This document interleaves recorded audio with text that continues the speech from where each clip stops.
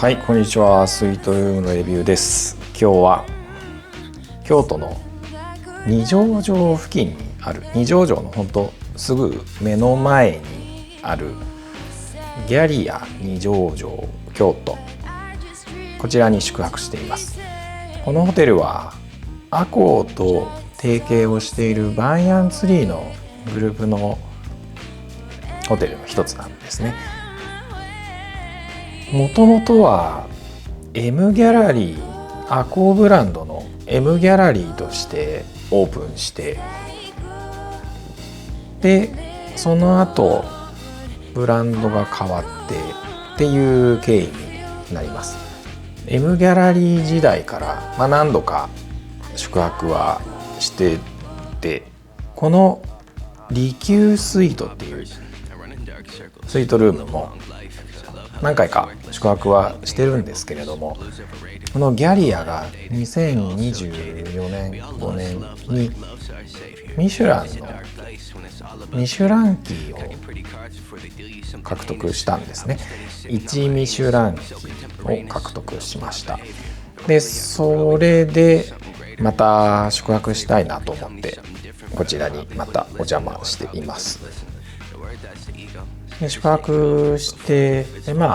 履歴というかは残っているので、お帰りなさいませ的な感じで、いつもありがとうございますという感じでご案内をいただいたんですけれども、何人かのスタッフの方、自分がその当時泊まっていてっていうところを覚えてくださっていて、でお声掛けをいただいてっていうところで、ありがたいなという感じで、滞在してます。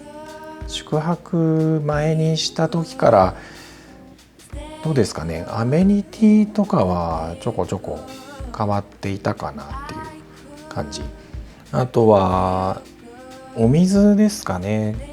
いつの間にかウォーターサーバーになっていてっていう感じ。瓶のお水じゃなくってウォーターサーバーになってましたという感じでした。で今回スイートルームを予約したんですけど、スイートルームを予約するときは公式サイト、アコーの公式サイトでは出てこなくって、で電話をしてで予約をしたんですね。アコーのサイトでは出てこない。ギャリアの公式の方だったら出てきますという感じになってます。それで電話で一旦予約をして、でアコーのスイートナイトアップグレードを使えますかっていう感じでちょっと聞いてみたんですけれども、その時にパッと答えが出るわけではなくって、ちょっと求めてる回答じゃないような回答もあって、いやそうじゃなくってっていうことでもう一度、質問し直して、で回答をもらって、で結局、このギャリア二条城はスイートナイトアップグレードの対象外のホテルなので使えませんという感じで回答いただきました。あとはこのホテルが M ギャラリーの当時からそうなんですけど、京都駅の八丈口にイビススタイルズ京都八丈口ってあるんですけど、そのすぐ隣に MK タクシーのタクシースタンドというか、そういったところがあるんですね。京都駅からホテルまでの一方通行ではありますけれども、無料の送迎サービス MK タクシーと提携して、でそういう無料の送迎もしてもらえます。これは宿泊の4日前までに連絡をする必要があります。到着した後ちょっとホテルの方に伺ったんですけど、この無料の送迎をしてもらえる対象の人ってどんな人ですかっていうのをちょっと聞いたんですけど、アコーのサイトもしくはギャリアのサイト、その2つを通して予約をした人、この2つのサイトから予約をした場合にはステータスは関係ないそうです。ダイヤモンドステータスであろうがステータスなしの人であろうがタクシーの送迎は可能ですと。あとは楽天ダイヤモンド、一級ダイヤモンド、この人たちも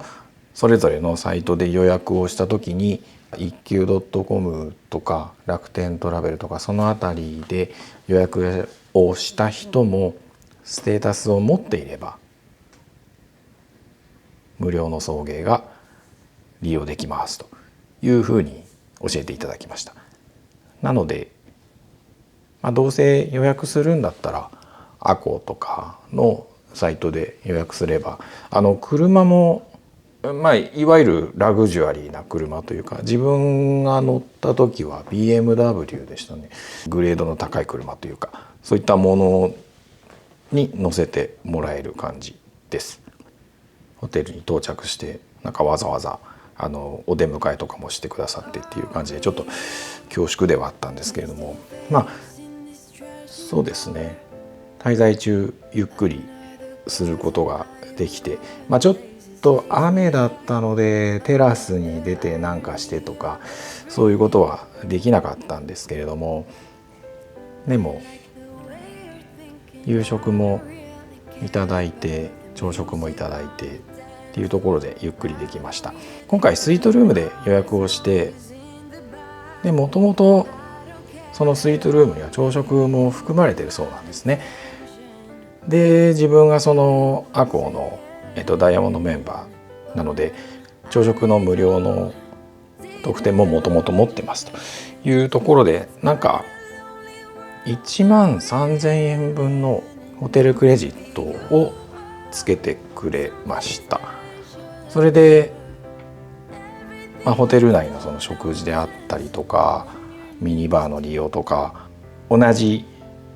バンヤンツリーのグループで他に京都に2つホテルがあるんですけれども、三条大橋と東山の方にですね、そこも含めてスパの利用で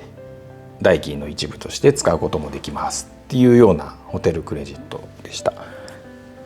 で自分はせっかくなんで夕食をいただくためにちょっと使わせてもらってですね、夕食をいただいて朝朝食をいただいて、前にはなかった新しいパンケーキのメニューをいただきました。そこでクロワッサン用意してあるんでよかったらどうですかみたいな感じでご案内いただいて、その前に泊まった時にクロワッサン好きなんですっていうような話をしたから、それがメモに残ってたのかなと思うんですけども、ご案内いただいたんでぜひじゃあお願いしますっていうことでいただいたんですけども、そのクロワッサンその出す直前にその厨房で焼いてくださってっていう感じのものだったらしくって、前は他のベーカリーと提携して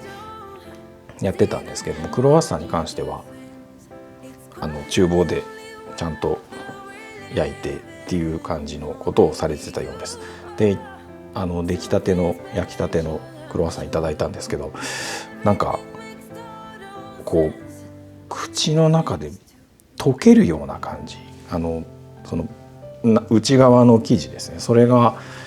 口の中で溶けるような感じのすっごいなんかふわっとしたというか、そんな感じのクロワッサンで、クロワッサン初めて食べましたね。なんかいやーびっくりしましたっていうような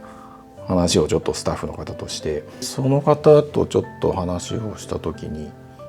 ミシュランキーも取得して、でレストランもすごくこうミシュランの星を取れるように今すごく努力してるとこなんですっていうようなお話をされてて、確かにその夕食とかいただいた時もなんていうんですかね、創造的な料理というか、なんか一品一品説明いただいて、ですごくクリエイティブなというか、そんな感じの食事を提供してくださってっていうところでした。なので、またミシュランの星どっかのタイミングで獲得したらまたぜひですねお邪魔したいなというふうに思ってます。ミシュランキー一つ取ったっていうのも、納得のというか、なるほどねっていう感じの対応だったのかなと思います。とてもゆっくり過ごせる滞在になりました。レイトチェックアウトで13時までだそうです。今度はバンヤンツリーの東山の方ですね。あっちちょっと宿泊してみたいなと思いますね。まだバンヤンツリー3つあるうち2つしか宿泊できてないので、またちょっと折を見て東山のホテルもぜひ行ってみたいなと思います。はい、というわけで今回のスイートルームレビューはここまでにしたいと思います。ではまたどこかのスイートルームでお会いしましょう。